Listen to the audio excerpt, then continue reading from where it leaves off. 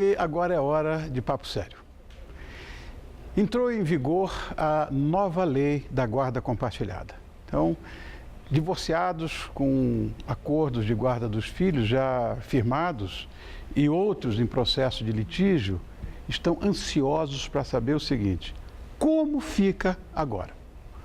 O modelo de guarda, que será regra nos tribunais, pode ajudar a aproximar pais ausentes de seus filhos, mas não deve funcionar para ex-casais em litígio. Bom, nós vamos saber quais são as grandes mudanças com a ajuda e a experiência do mediador do Tribunal de Justiça de São Paulo, comissário de menores da Vara da Infância e da Juventude do Tribunal de Justiça de São Paulo, nosso parceiro, nosso colaborador do programa de bastante tempo já, é o doutor Marcos Bernardini. Tá bonito, Marcos. Olha, parece que vai no programa de televisão. Tá bom, querido? Obrigado por ter vindo, viu? Meu prazer. Rapaz, isso aí, para um pai que teve guarda de filho, eu tenho o maior interesse em ouvir essa história. É verdade. Bom, começando do começo, o que de fato é a guarda compartilhada? Qual é o objetivo dela? Vamos começar do começo, vai. A guarda compartilhada, ela agora é a regra da guarda. Antes, de dezembro, ela era exceção, tinha que ter acordo entre o pai e a mãe. Agora não, é a regra. E pela guarda compartilhada, tanto o pai quanto a mãe divide a responsabilidade sobre a criação dos seus filhos, tendo seus direitos e deveres divididos de forma equilibrada. O que antes não acontecia, Antes nós tínhamos a guarda unilateral, então as crianças ficavam sob a guarda ou do pai ou da mãe. Com visitas e de o outro tinha direito de visitas. Hoje não. Hoje tanto o pai quanto a mãe têm a guarda, os dois têm o poder familiar e a convivência, então a gente não fala mais visitas, a convivência é que vai ser partilhada de forma equilibrada, a lei desequilibrada. Aí no caso concreto, o juiz vai ver o que é o equilíbrio. Então se é equilibrado ficar 2 dias com um, 5 dias com outro, ou passar finais de semanas alternados, ou de repente, se o pai mora longe, pode até não ter o convívio físico, mas ainda assim o pai vai ter direito a tomar as decisões a respeito da criação do filho. Isso é a guarda compartilhada. Basicamente, o que mudou com essa nova sanção, Marcos? Na verdade, mudou tudo, porque antes a guarda compartilhada, ela só era aplicada por exceção, Era uma exceção. A regra coisa geral... consensual. Obrigatoriamente, Obrigatoriamente. Era bastante comum a gente falar, inclusive, que a guarda compartilhada, ela só seria viabilizada, seria producente quando o pai e a mãe estavam de acordo, porque somente nessa hipótese poderia ser fixada. Hoje não, o juiz obriga a guarda compartilhada. Com isso, ele pode acabar forçando, entre aspas, o convívio dos pais com os seus filhos, Então, assim, você querendo ou não, você vai ter que conversar com a sua esposa, você querendo ou não, você vai ter que ter o convívio com o seu filho. Então, agora não é mais uma opção, não é assim, eu não quero mais falar com a minha esposa. Não, você vai ter que falar, porque o juiz obrigou pela guarda compartilhada. Vão ter que se entender. Olha, muitas famílias aqui no nosso país vivem isso. É verdade. E eu queria assistir o depoimento de uma delas. Vamos dar uma olhada? Vamos ver. Rodou. A gente não tinha uma relação muito amigável, eu e a mãe do meu filho. Eu não conseguia falar muito com ela e acabava que eu não conseguia ver meu filho. Não existia uma relação de pai e filho. Foi quando a Van, minha esposa, a gente conversando, falou, vamos tentar organizar melhor, eu acho que você tem mesmo que pegar seu filho, eu acho que você tem que ficar com ele. Tem o pai, tem a mãe, então ele tem que conviver com a mãe, tem que conviver com o pai. Então eu acho isso muito importante, A criança não tem culpa de nada, no começo não foi fácil, porque eu me coloco no lugar da mãe também, Imagina, uma criança, tinha 5 aninhos, hoje ele está com 13. A gente começou essa relação de guarda compartilhada quando ele tinha 8 anos, mais ou menos. Mais ou menos. E no começo, até que assim, foi meio turbulento, porque nós tínhamos uma rotina que não existia, na verdade, a inserção do filho nesse relacionamento.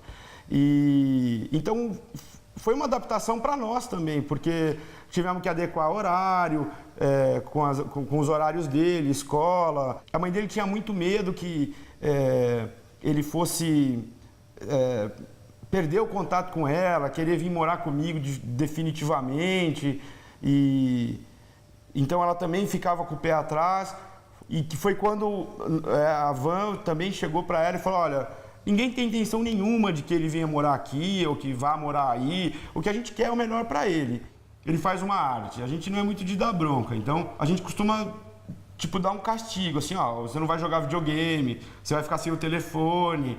E daí a Van acaba falando com a mãe dele e fala: ó, ele aprontou isso, isso e isso, e a gente tomou essa decisão. Daí ela vai e acaba reiterando a decisão que nós tomamos.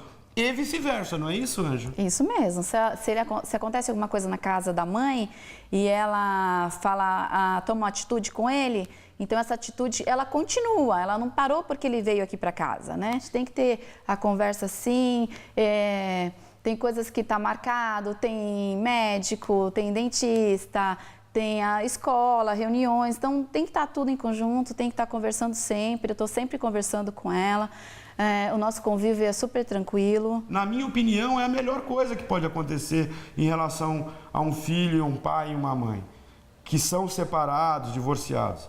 Ele gosta assim, então show de bola. Juntamos o útil ao agradável. Verdade. Marcos, a história dessa madrasta, dessa jovem madrasta, é interessante porque eu acho que o amor, de fato, o amor impessoal, ele tem que ser passado para o filho do teu companheiro, da tua companheira. É verdade. Porque é parte dele ou parte E dela. não é porque separou que agora você vai se distanciar do convívio, Não, ou teve uma nova relação, né? Claro, ela cuida também do filho que não é dela. Ajuda a criar. Porque ela ama o marido.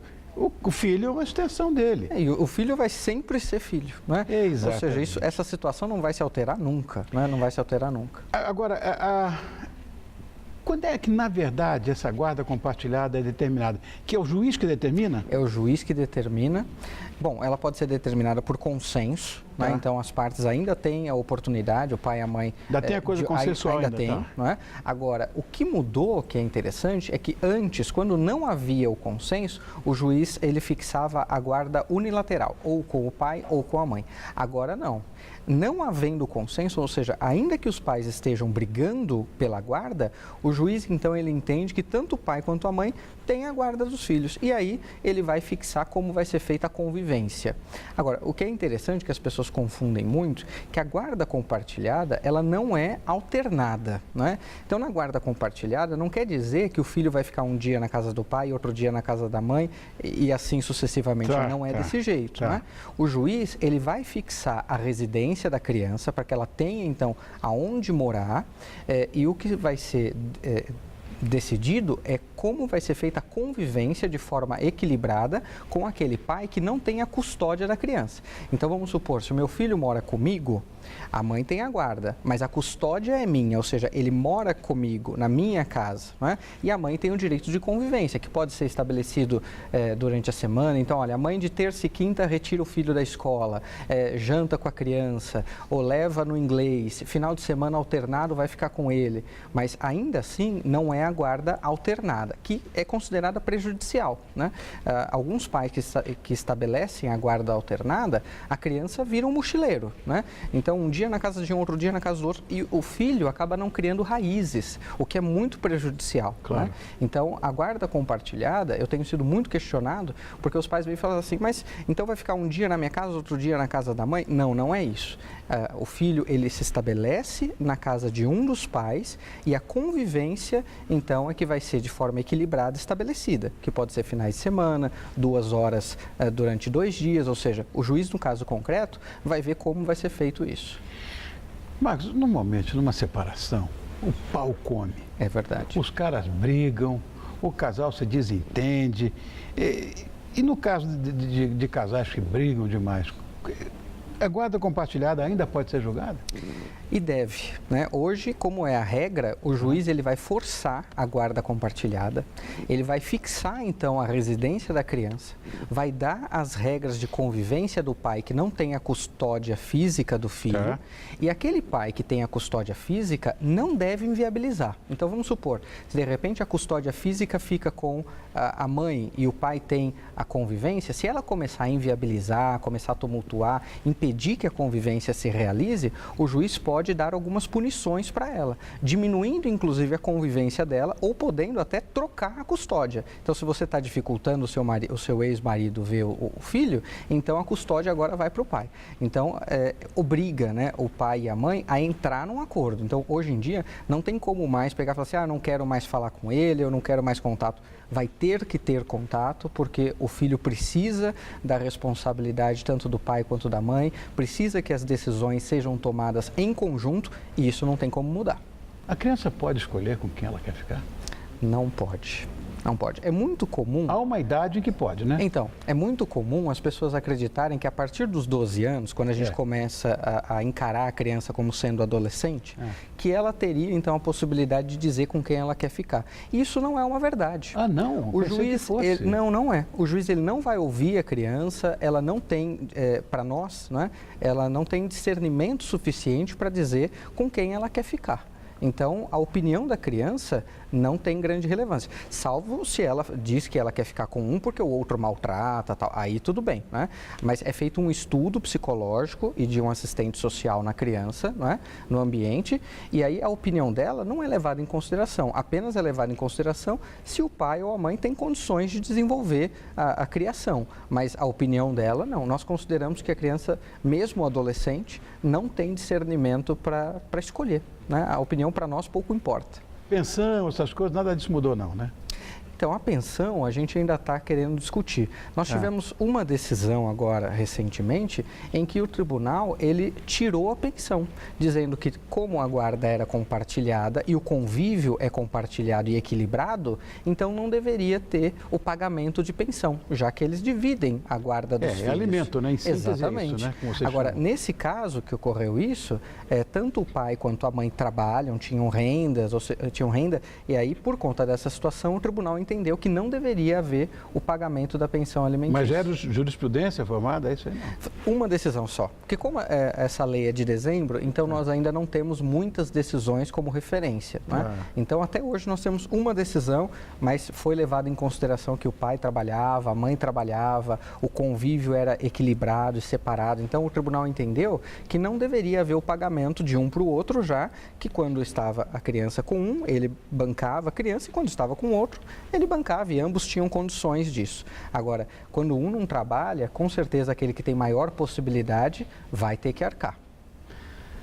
Seu doutor Marcos Bernardini, que é nosso parceiro, nosso colaborador, como é um jurisconsulto, então, na verdade, quando os assuntos jurídicos aqui aparecem, ele está aqui para desvencilhar as suas dúvidas. Eu tenho certeza que você entendeu aquilo que você tinha dúvida. Eu, por exemplo, entendi. Tinha certeza que com 12 anos o menor pode escolher com quem quer ficar. Não é bem assim. Até pode, mas não é bem assim como a gente pensava. Te agradeço muito, querido. Imagina, eu que agradeço. Você volta sempre, né? Estou à disposição. Obrigado, Marcos. Um abraço a você, querido. Foi muito legal, viu? Obrigado. Gostei desse negócio. Tanta dúvida, né? As pessoas, meu Deus do céu. Enfim, estou ficando um dinossauro nessa história. Ó.